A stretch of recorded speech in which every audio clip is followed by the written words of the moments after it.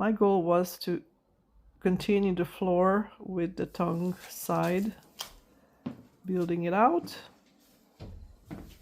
However, the stair nose piece had a groove in it, so what I did, I put a spline in between the stair nose and the next row, connecting them that way, so the direction has changed.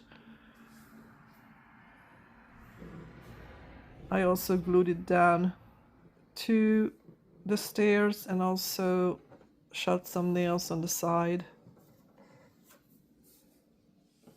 Put some weights on it. Looks good.